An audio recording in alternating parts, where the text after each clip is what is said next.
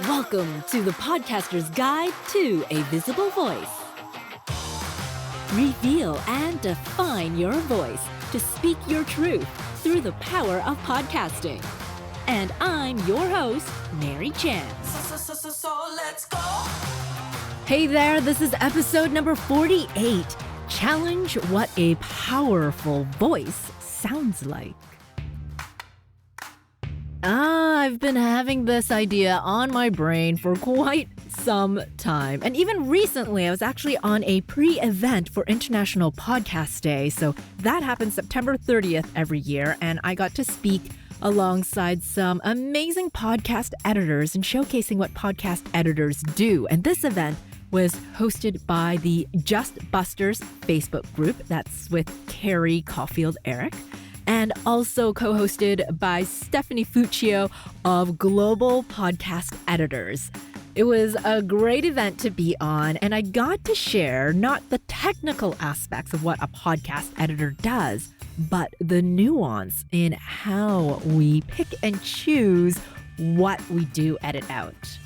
What do you mean by that, you might ask? Well, usually in the podcast editing industry, it's almost become standard to edit out the word or or like, right, so, and those big pauses. Now, I understand where that comes from, but why are we doing that? Have we ever thought about why people speak this way and if it's doing a job? So when you speak on a podcast, do you second guess yourself? And pause and try not to say those ums and ahs. So imagine now when you stop overthinking every word and worrying about what you'll say. Imagine people connecting with you, your message, your cause, the people that you have on your show, all through the sound of your voice, not what you're actually saying.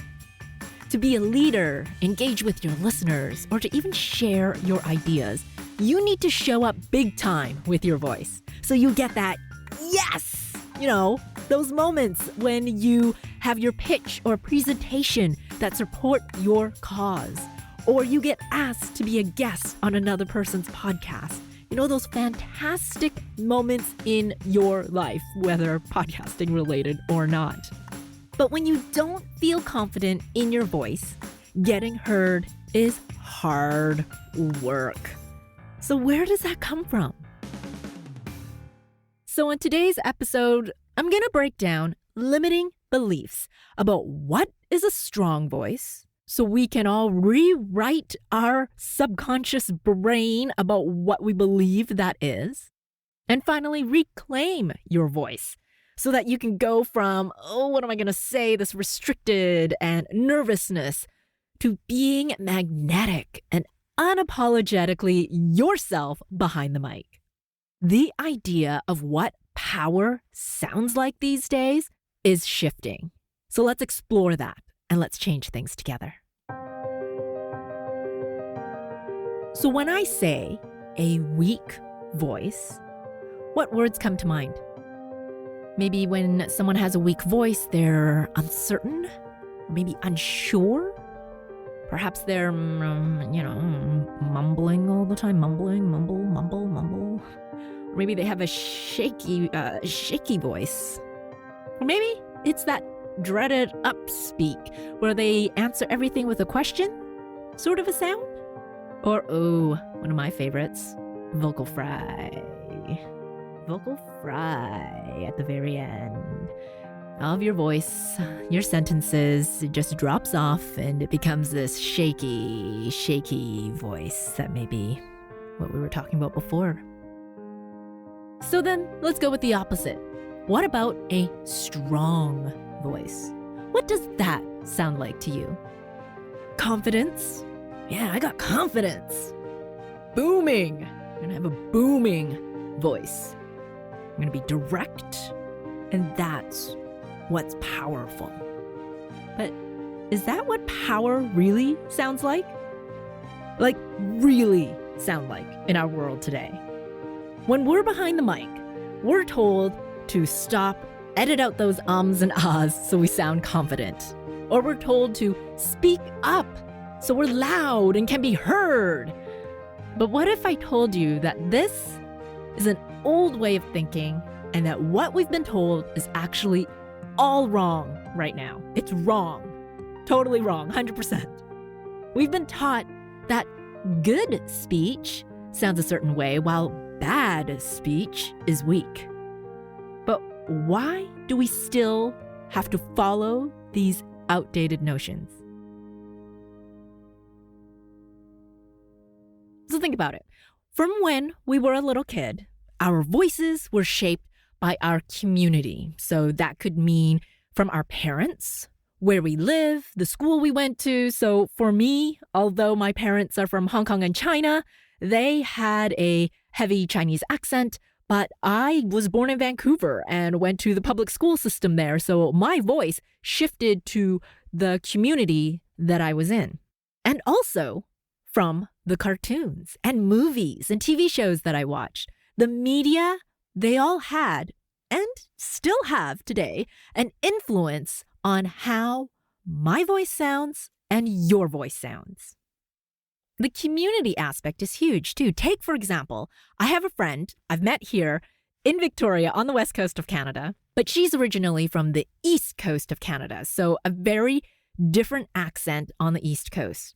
But she hasn't lived there in years, and I didn't even know she was from the east coast until she told me. But whenever she goes back, she slips back into that East Coast accent. She's a product of her community. When she's on the East Coast, she's got her East Coast accent from her family. And then when she's out on the West Coast, she unconsciously speaks just like the rest of her community out on the West. We all do that in our own ways. And in a podcast, because of what we're taught, we try to slip into this quote-unquote radio voice.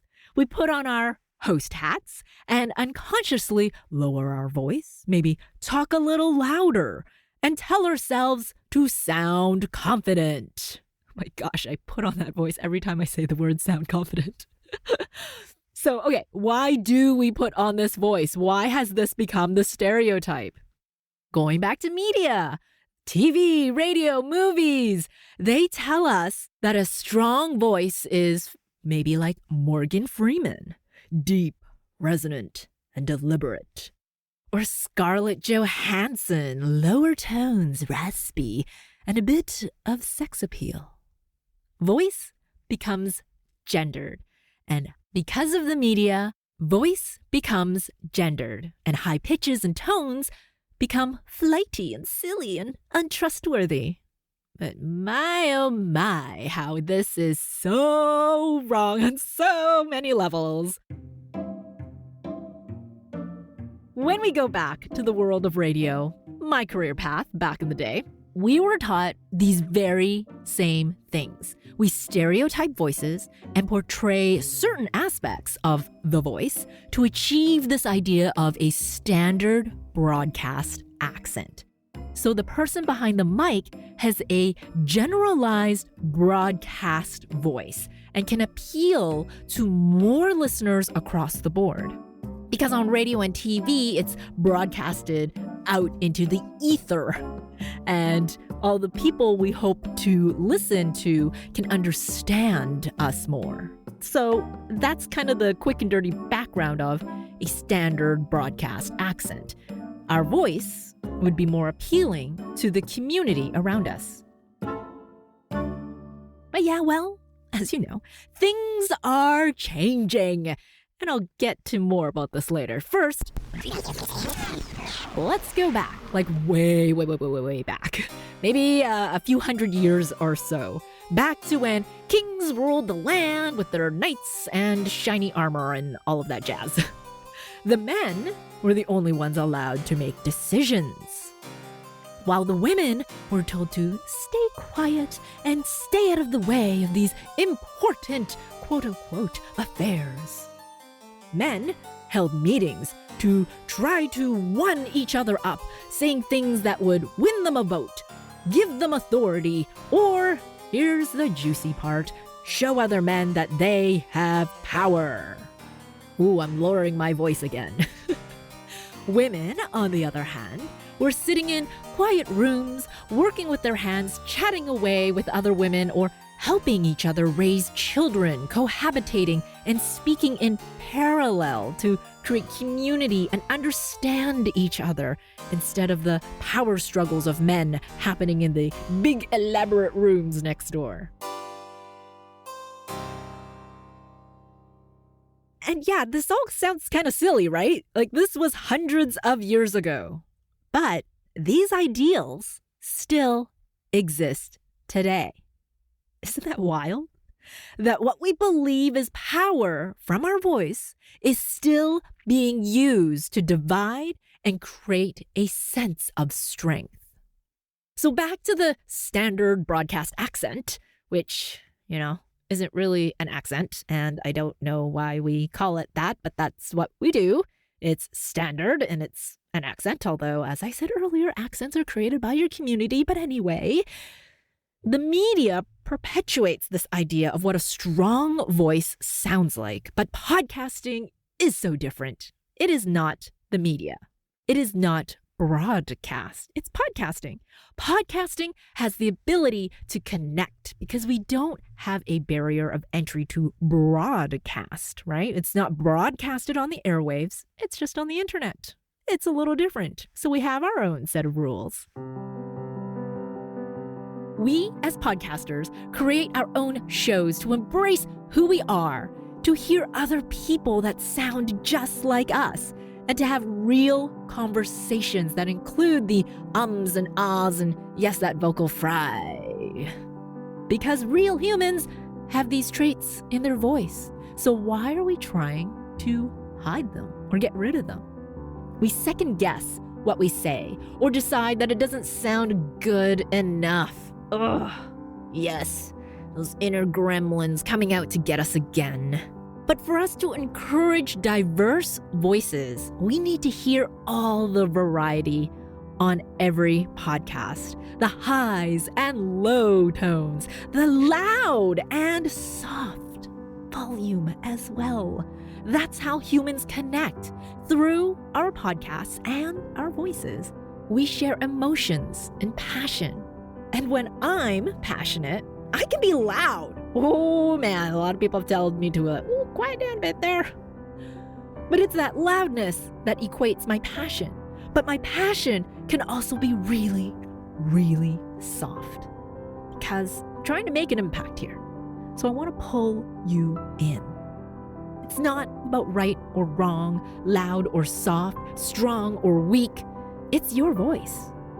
Your voice is confident and strong the way you want to use it, the way you are passionate about your message. That will come through when we can get past this muck of what we should sound like. Power is your voice, no matter what that sounds like right now.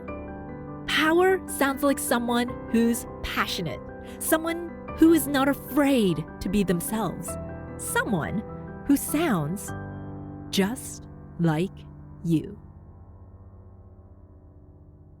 So share with me, what do you believe sounds like power now?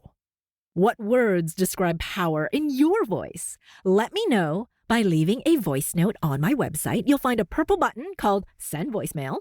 Just go to visiblevoicepodcast.com. That's where you'll find it.